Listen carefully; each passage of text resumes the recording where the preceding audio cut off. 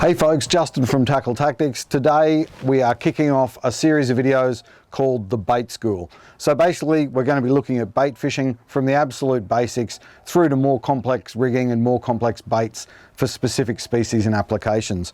So today we're going to kick things off with probably one of the most popular baits out there, and that is the humble prawn.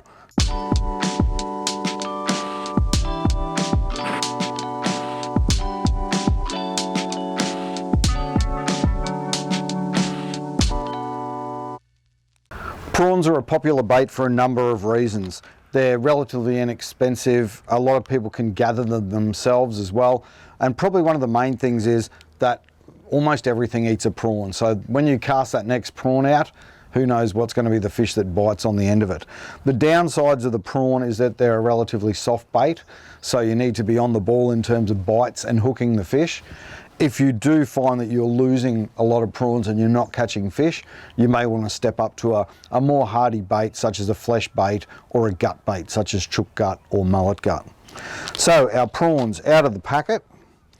Basically, I like to get my prawns the day before, and you can buy them in bulk if you've got the opportunity to buy them in bulk from your local tackle store. There's an old saying with bait which is fresh is best. So if you can get fresh prawns, whether you're cast netting them yourself or using a dab net or the different techniques you can use to go and get yourself a few prawns, that's fantastic, because fresh prawns are definitely a deadly bait. If we can't get fresh prawns, we've always got the frozen options, and those frozen prawns, as long as we look after them, they're still going to catch us some fish. So plenty of fish have been caught on a frozen prawn. So out of the packet, I like to take the packet away, dispose of it appropriately at home, whether it's in the recycling bin or the rubbish bin, wherever it needs to go. And instead, I'll take my bait, whether it be prawns or whatever it be, out fishing in small plastic containers.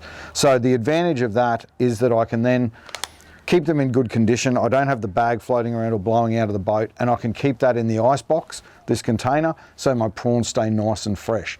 Fresh is best. If you leave your bait out in the sun or leave it out to dry out and go black and not so good, it's not going to catch you as many fish. So you definitely want to keep your bait as fresh as you possibly can. In terms of rigging a prawn, so I've got a prawn here, that's a whole prawn, you can see. Generally when we're rigging and fishing a prawn, first thing we'll do is pull its head off. So we take the head off the prawn, we don't want that bit, but that makes excellent burley. So hang on to the heads of your prawns. As you're using your bait, you just flick those prawn heads into the water and it'll stir up a few fish. We then take our prawn, and in this case here, this is how I grew up fishing prawns, so I didn't peel them at all. So I've learned over the years that peeling them can actually be very effective, but this is how we rig a prawn when it isn't peeled. Hook wise, you can rig a prawn on almost any hook that you like. So I generally fish a longshank hook for a prawn. It fits on nice, and that's ideal if you're wanting to chase fish like whiting and those sorts of things with smaller mouths. You can go for more of a suicide style hook or baitholder style hook for your brim and those sorts of things. A baitholder hook basically has little barbs on the back of the shank that helps to hold soft baits on the hook. So our prawn, we just go in between, you'll see the two sections of the tail there. So we basically want to take our prawn, I take our hook and put it in between those two sections and into the tail of the prawn. So our hook goes in through the tail end, and we slowly just feed the prawn up onto the hook, and the hook will sort of follow inside the soft flesh of the prawn and leave us with our shell on the outside, and our hook point is concealed in that fleshy section there. So that's ready to go pretty much. You could take that prawn and you could throw it out there and catch yourself a brim, whiting, trevally, all sorts of different things will eat a prawn. So that's our prawn. Now what some people do is they actually tie a half hitch around the tail. So if you want to do that, you can. That half hitch around the tail just helps to hold your prawn in place on the hook so it doesn't slide down. So that half hitch locks it in place. So that's our prawn with the head off, unpeeled. Over the years though, I've found that peeling the prawn, because it is a soft bait, peeling the prawn can actually improve your hookup rate. So we'll get rid of that prawn and we'll start again. Got a nice new prawn here. So peeling the prawn, because it is a soft bait and fish just smash it, by peeling the prawn we can improve our hookup rate. We don't have the shell fouling up our attempt to hook the fish, or the fish grabbing the shell and pulling the whole prawn off there. So you can see there I've basically peeled off the middle section of the prawn. So that exposes more of the soft flesh in that middle section of the prawn. We've still kept our tail on there. And when I go to rig that one now, I've still got the tail section, so I'm just lining up in between the middle of that tail and going in through the back end of the tail. And I'll bring that prawn around the hook.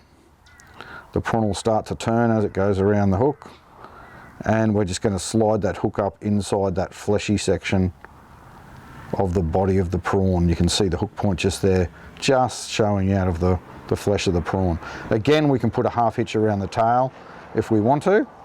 But you can see that bait there, that fleshy section is a really attractive place for the fish to bite. Our tail helps to hold the prawn on the hook, and the fleshy section helps to expose that hook quicker and get that solid hook set. So that's our prawn, and we're half peeled. We've peeled the body of the prawn. Now what we can do as well, another option, is that we can totally peel our prawn.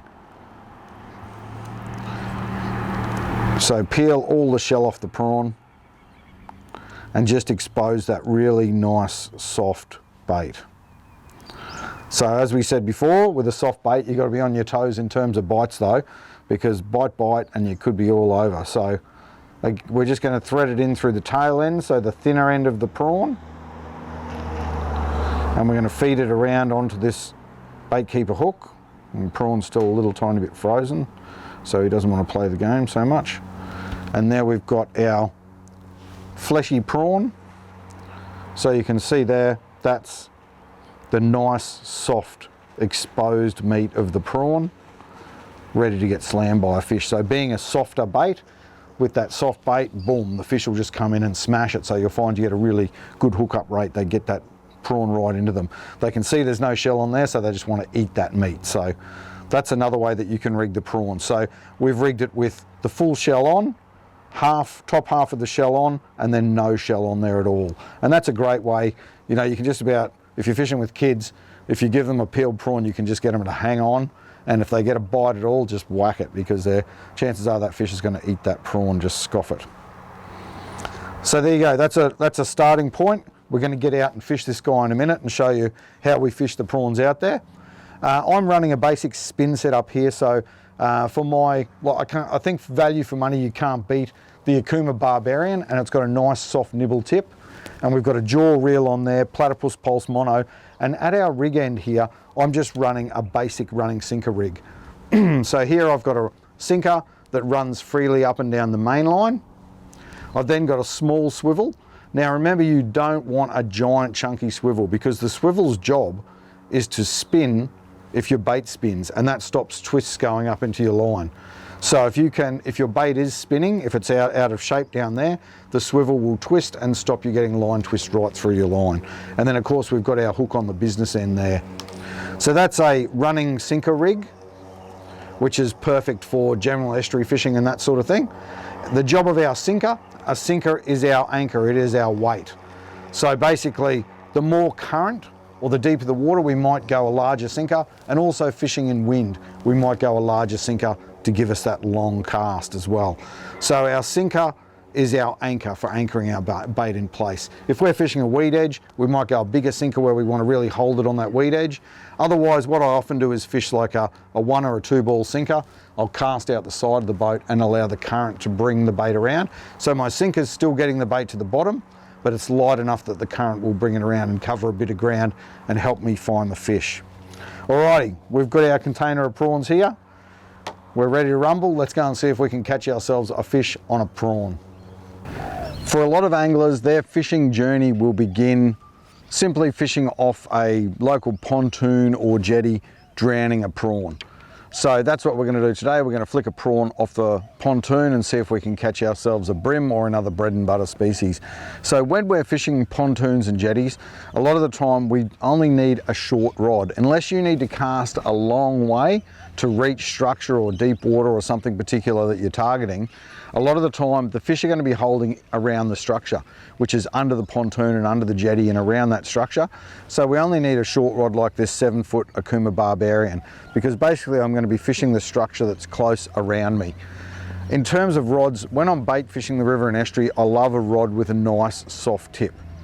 So that soft tip means the fish feels less resistance. If the rod's stiff, the fish will bite and drop the bait, bite, drop the bait, and just keep dropping it. So you want them to take that bait down and eat that bait so that you can set the hook. So the Barbarian's brilliant for that with a UFR tip, which gives it more strength, durability and lifting power in the tip section, up to 3 times that of a normal rod blank. So a great feature on a bait fishing rod.